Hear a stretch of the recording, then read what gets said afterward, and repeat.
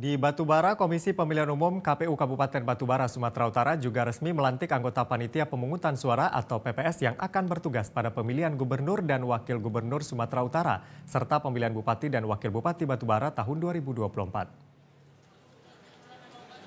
Pelantikan digelar pada Minggu 26 Mei 2024 siang dengan diikuti 453 anggota PPS dari 151 desa dan kelurahan se-Kabupaten Batubara.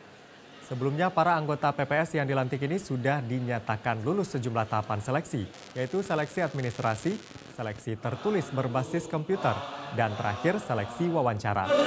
Prosesi pelantikan dipimpin Ketua KPU Batubara Erwin yang dimulai dengan menyanyikan lagu Indonesia Raya, dilanjutkan pengambilan sumpah janji anggota PPS, serta pembacaan fakta integritas anggota PPS. Para anggota PPS ini akan bertugas terhitung sejak 26 Mei 2024 hingga 27 Januari 2025 untuk menyelenggarakan tahapan pemilihan umum kepala daerah atau pilkada serentak tahun 2024 di masing-masing desa dan kelurahan. Ketua KPU Batubara Erwin meminta seluruh anggota PPS yang baru dilantik agar bekerja secara profesional dan menjaga integritas.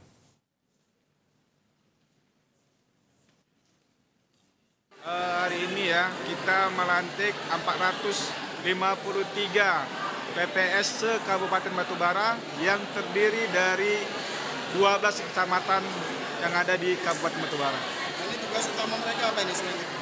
Tugas utama mereka yaitu melaksanakan berbagai tahapan pelaksanaan pemilihan kepala daerah, khususnya pemilihan bupati dan wakil bupati di Batubara.